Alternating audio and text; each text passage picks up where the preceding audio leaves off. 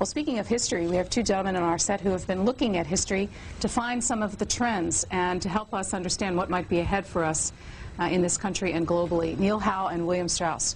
We'll start with Neil Howe this morning. We've always heard the phrase, history repeats itself. When people say it, are they right?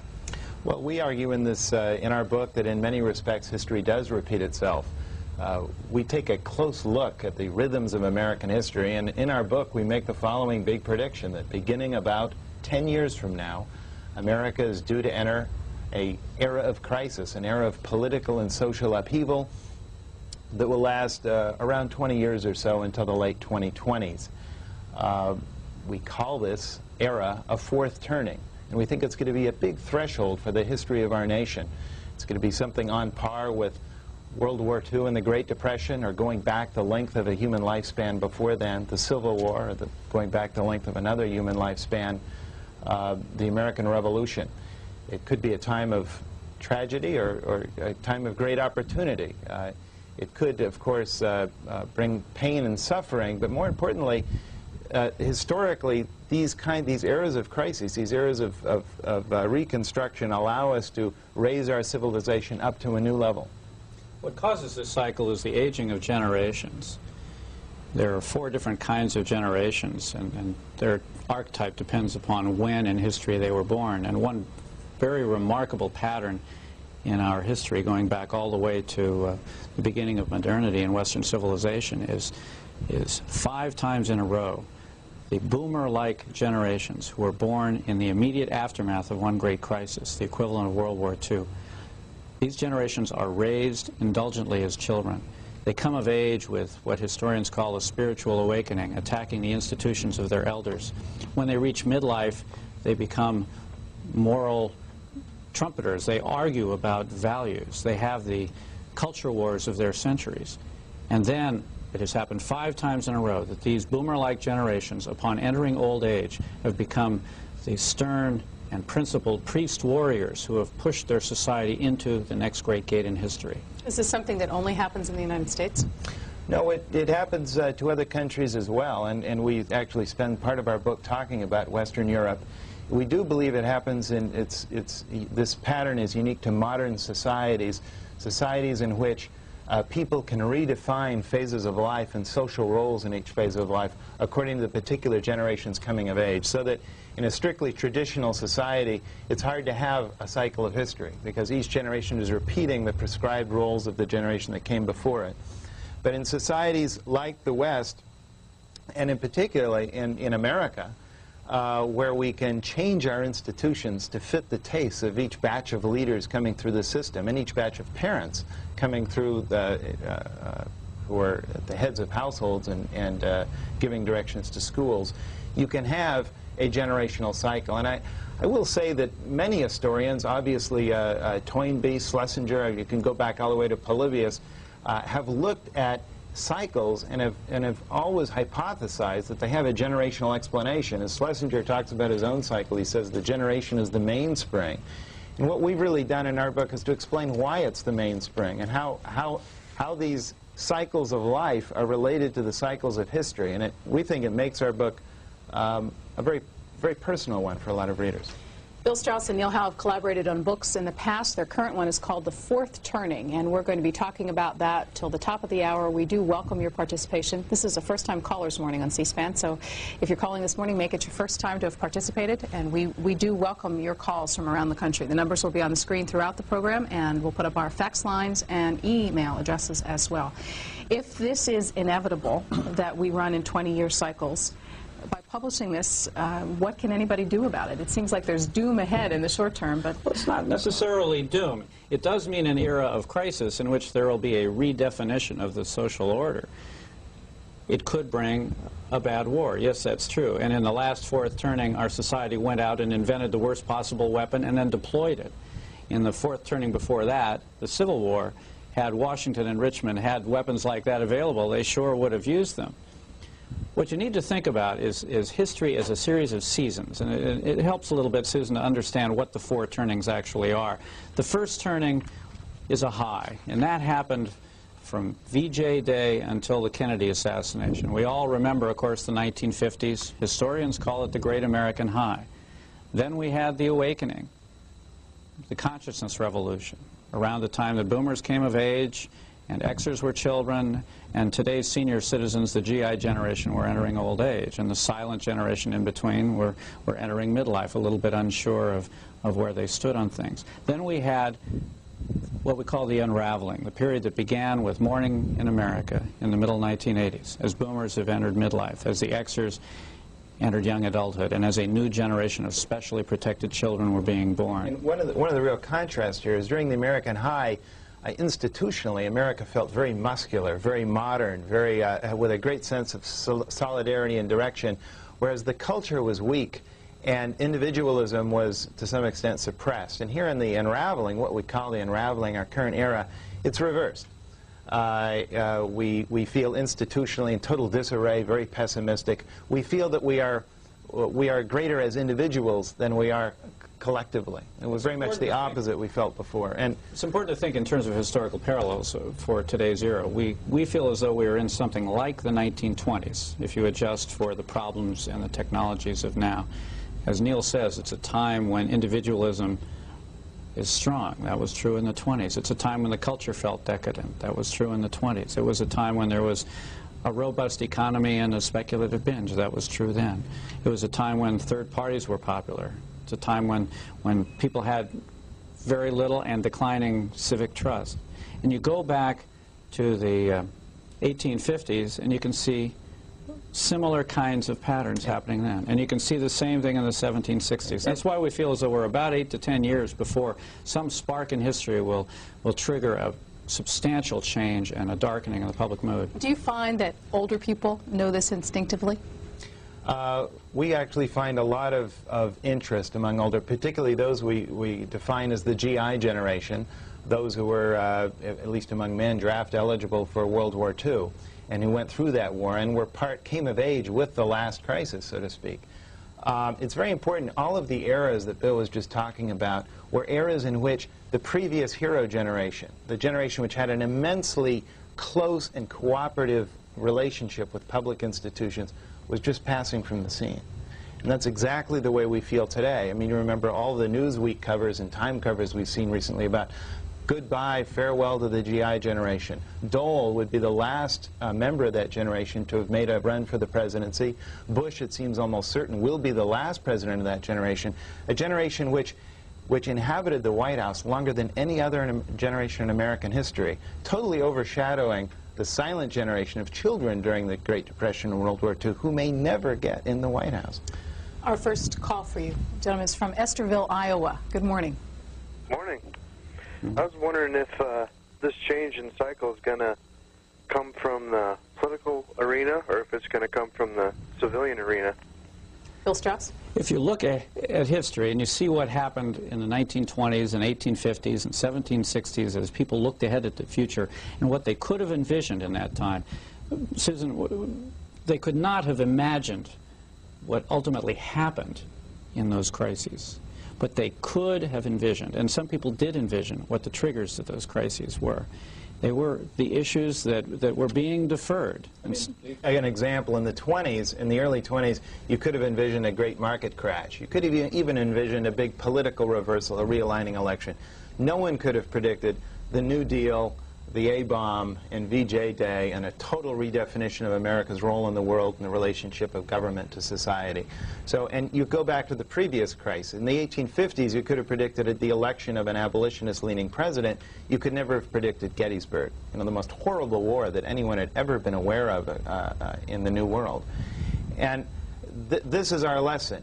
People, if you look forward to the year 2005 or 2008, that era, we can predict the kinds of things which will push us into this mood. We cannot predict how we will emerge. Well, for example, things like rogue nuclear weapons, or the collapse of Social Security and Medicare, along with the rest of the mountain of federal debt, or the spreading of rich and poor and class warfare and racial problems in America. Or secessionist movements. We've heard a lot of press recently about that. These are things that you can see seeds of today, and what we are warning is that these problems have a way of congealing into one large storm that becomes a great gate in history. But we don't know what the next Gettysburg or D-Day will be. Next call's from Jacksonville, Florida. Good morning. Hi. I was just, this is actually more or less of an observation that I was making.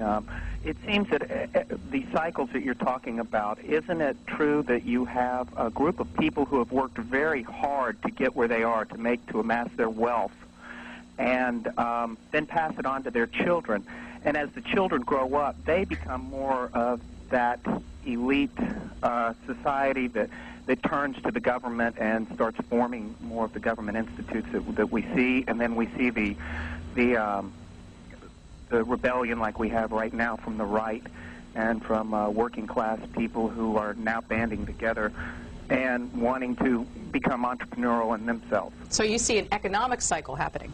Yeah. Well, it is true that generations of narcissists do not produce narcissistic children. They produce more collectivist children. We're seeing that right now with the boomers. We have Bill Clinton arguing with broad support from his peers for school uniforms.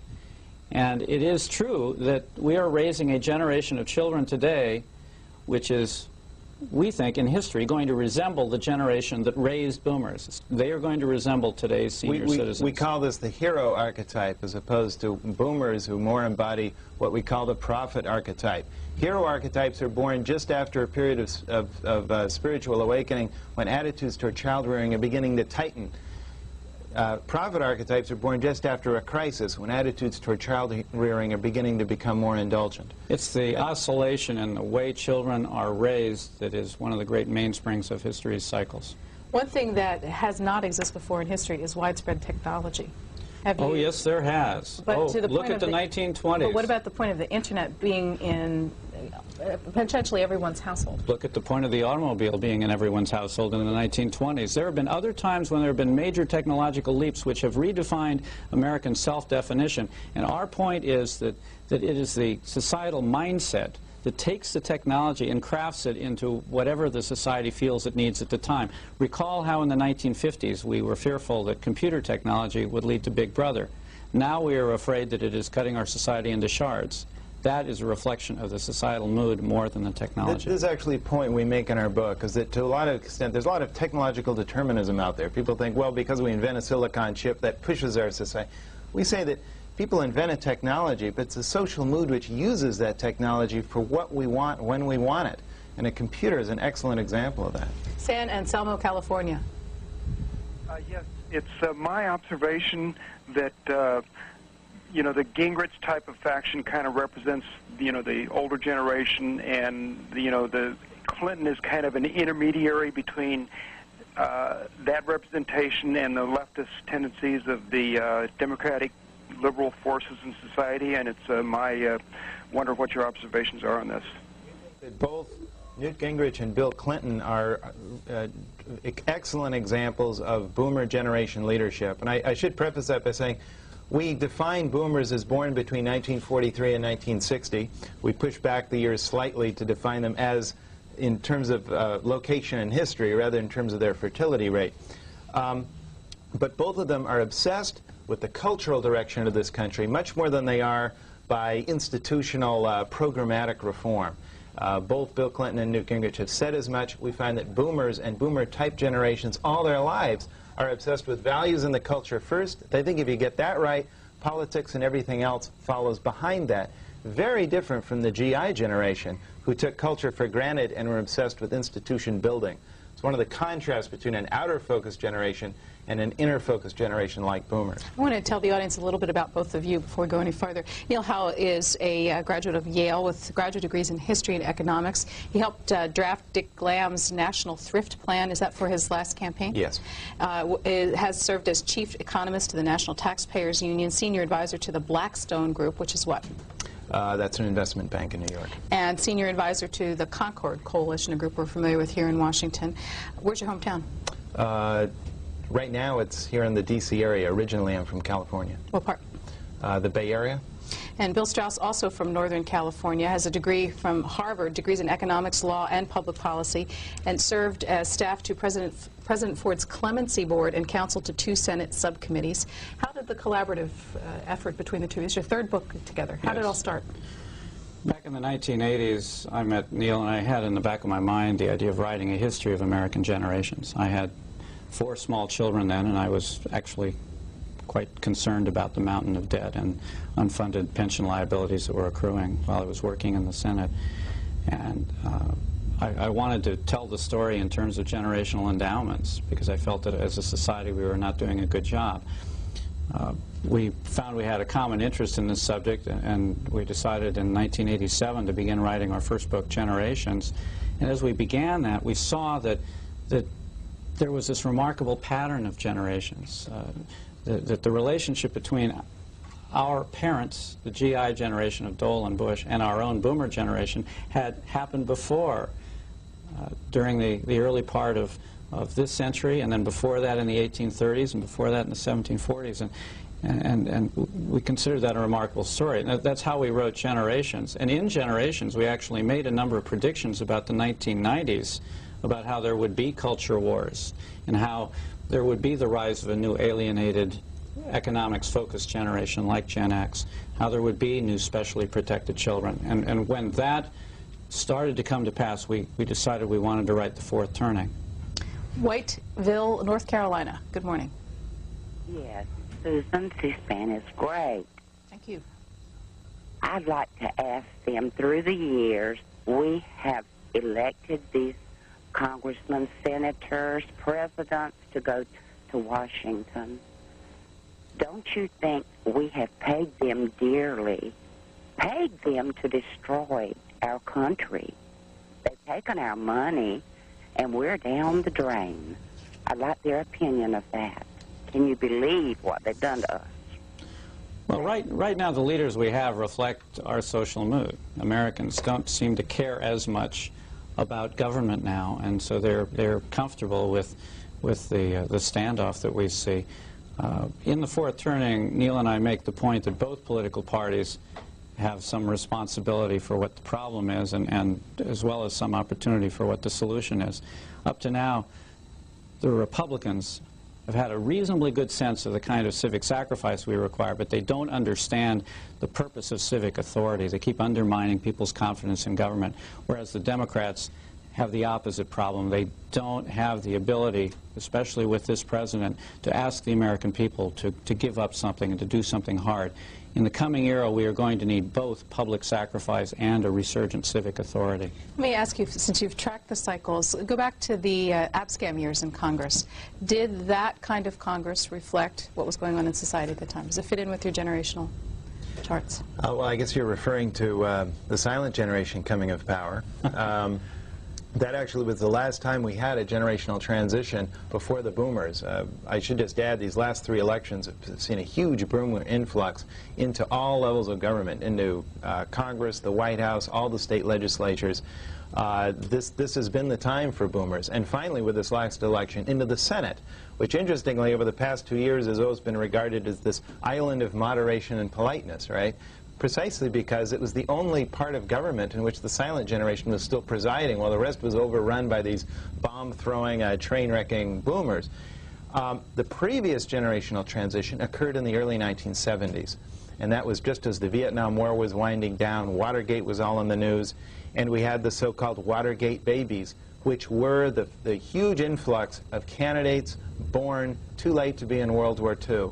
And there, in a way, that was really the transition when America, in a sense, began to fragment and began to be less of a common mission toward the future, toward a commonly acknowledged future, and became much more self-doubting, other-directed, committee-run, interested in deferring and delaying and discussing, rather than that same GI generation long strides, you know, with Kennedy and LBJ, of moving toward the future with very little reflectiveness. And one thing that Neil and I are finding on our website, and by the way, we invite our viewers here to join us at www.fourthturning.com to have a discussion about some of these issues with us online.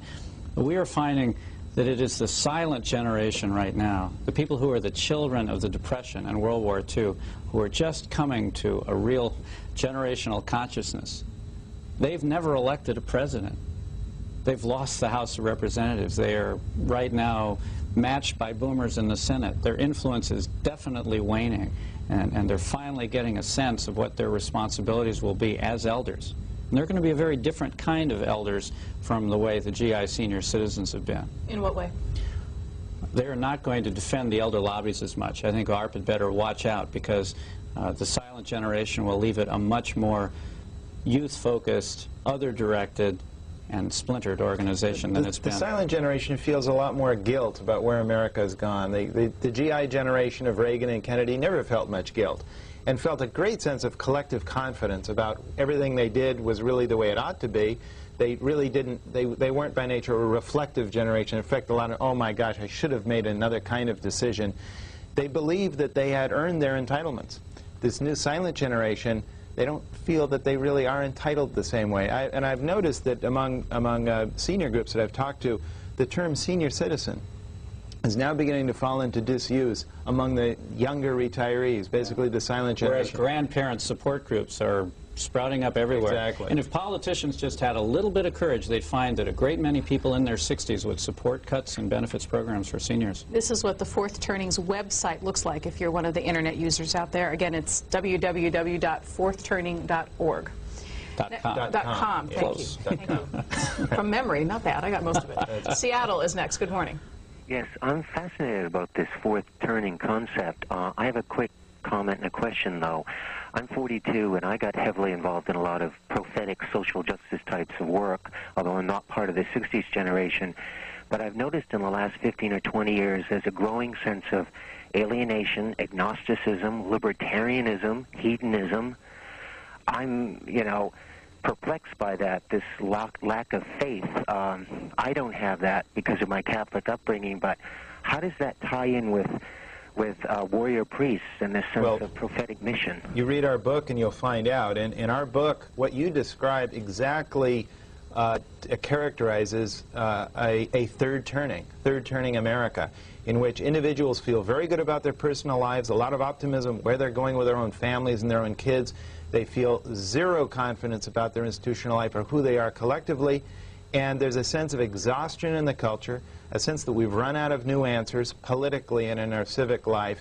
The warrior priest doesn't occur in the third turning. That's a fourth turning phenomenon when the boomers who were indulged as kids were in young adulthood were narcissists who became in their 50s moralizers, moralists.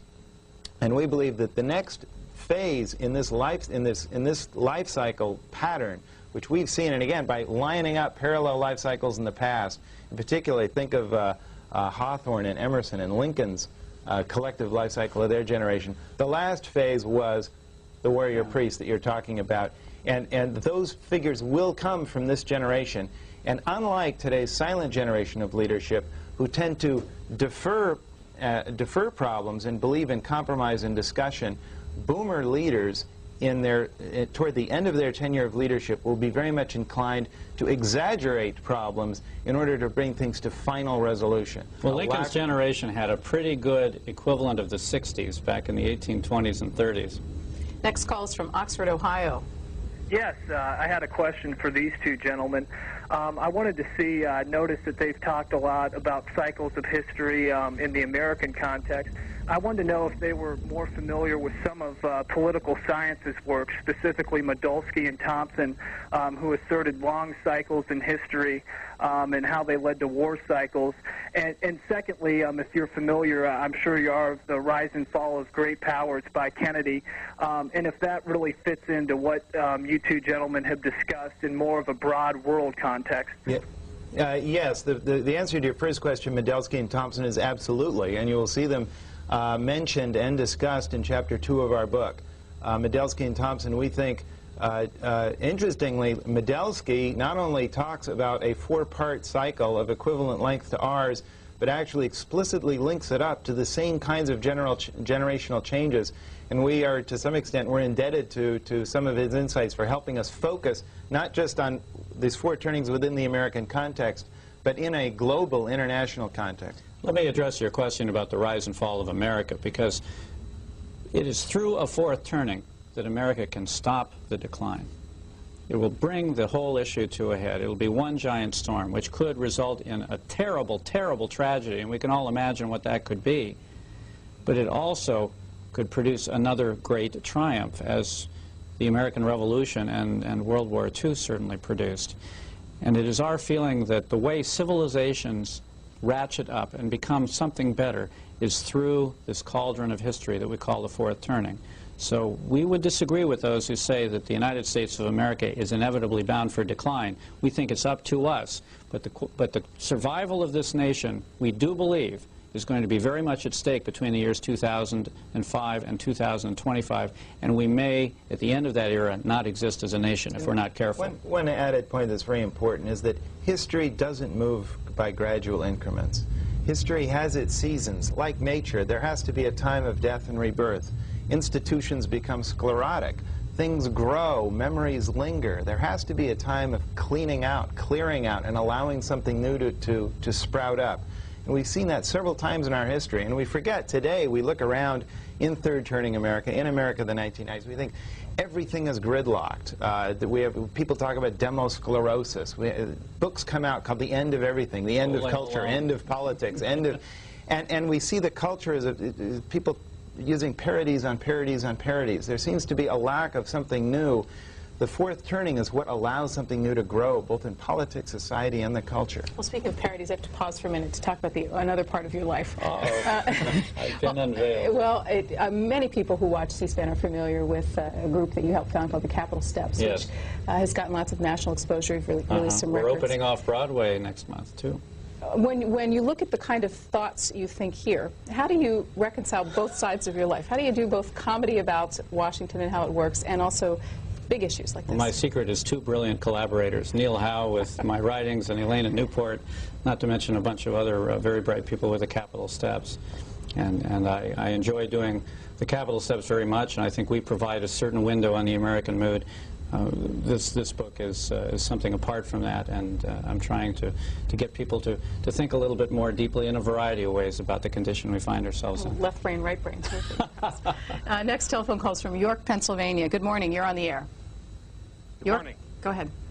I did not know anything about the book that these gentlemen are talking about, but I am going to go out and buy it. I'm really impressed with what they're saying. The thing that I have observed, as an observer of life, there's a focal point. We've got two schools of thought, within America right now. We've got a school that wants the government to take care of us and be completely, caring and nurturing. We've got another school that doesn't want anything to do with it at all. Is this, is this one of the turning points? Is this a focal point in what's going to make the change in the next 10 years? Well, we see a rise of communitarian movements among liberals and conservatives. The Gary Bowers and Hillary Clintons have a common view in a lot of ways about what needs to be done with the family. And we see the communitarian movement as strengthening, the libertarian movement as having reached its peak and probably weakening. And by that we mean both the let it all hang out Hollywood liberal view as well as the free market Steve Forbes kind of view. And this is actually a good preparation for the nation for what will be required in the fourth turning when there will be a need for new community-based activity. As Bill said earlier, if you look at the two parties today, the two dominant ideologies in politics, part of each is going to be important for preparing for the fourth turning. Among Democrats, it's the ability to use civic authority. And among Republicans, it's the ability to call for personal sacrifice and to be able to rely on traditional virtues, which will come back in the fourth turning. But what could happen right at the start of the fourth turning is whichever dominant cultural view is in power, when the emergency strikes, that group could be out of power for a whole generation. That's what happened before the Civil War, as that broke out with the Democrats. It happened before the Great Depression with the Republicans. And it happened before the American Revolution with Loyalists. The Tories all went to another country. Yeah, exactly. Homewood, Illinois. Yeah, it seems like the cycles that go on, talk about them almost in terms of like predestination, like they're just going to happen. Are there certain roles that each of the generations, specifically my generation X, you see as needing to play, and also what type of role do you think the New Age type religions are going to have? Yeah, well, let me answer the Generation X point. Your group your generation is the most criticized in America, and people do not fully appreciate some of the great values that Generation X brings to the American table. In particular, the strong survival skills, the pragmatic instincts. These are going to be very, very important as this generation enters midlife, because with the boomers providing the vision and values at the top, with Generation X, what we call the 13th generation, being the midlife pragmatists, the equivalent of the Dwight Eisenhowers of crisis. And with today's young millennial generation becoming the next heroes, that is when the society will be powerful and will be able to solve problems. There is a danger, however, that Generation X could take the commercial slogans of today and convert them into the political ideology of tomorrow. Just do it, whatever it takes. Why ask why? No excuses. And there's a danger in that. I think it's important to realize, we talked a bit about boomers earlier. Our book plays no favorites with generations. We talk about the role that each type of generation plays in the upcoming crisis. And it's absolutely true that the childhood of each generation prepares it in a way for the role that it later plays. The Generation X was the survivalist, hurried, unattended to kids of the consciousness revolution, an upbringing which really will prepare them for the pragmatism and survivalism they're going to have to show as midlife leaders in the fourth turning America. The caller also asked about New Age religion, and just one quick point about that, and that is that survey after survey shows that Generation X has a very low opinion of New Age religion. They associate it with boomers. Arlington, Virginia. Good morning, caller. We're talking this morning about this perspective. It's very refreshing to get an overview of a different way. But I noticed that you were not talking specifically about the culture in terms of the expressive arts. And I am very, very concerned with what might be considered a hip response to cutting back, budgeting, the intellectual perception of how we're evolving. Because the first thing to be cut are the arts, the libraries, the museums, that's the very things which are sacred to our culture. And I'm wondering if you would talk to the whole, the artistic expression and the intellectual growth of the country from your perspective, because so far I've heard the economic, the social, the political. Well, we talked earlier about the four turnings and what they were. Maybe now I should mention what the four archetypes are. They go by the following names. The hero generation, which is born coming of age in a crisis. The artist generation, which grows up as children of a crisis. The prophet generation, born after a crisis. And the nomad generation, of which we're talking about Generation X, born and raised during an awakening. Now, the reason I mention artist is because today's silent generation, we've looked at a lot of surveys on this. Today's silent generation, those who are today in their mid-50s to late 60s. Probably including that last Probably caller. including the last caller.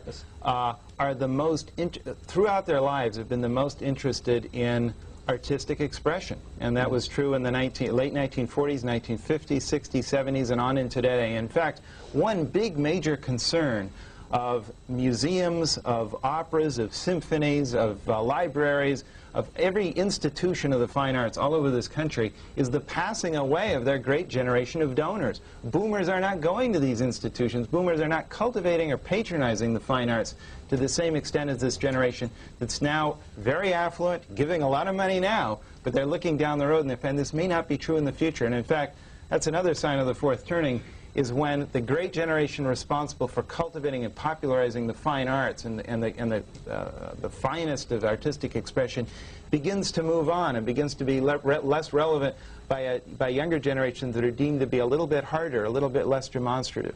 That's it for our time. I want to thank Neil Howe and Bill Strauss. Their book is called The Fourth Turning. It's published by Broadway Books. Gentlemen, thanks for being here. Thank you. Thank you, Susan. And that's it for our time today. Thanks for being with us. We'll be back at 7 a.m. Eastern Time tomorrow.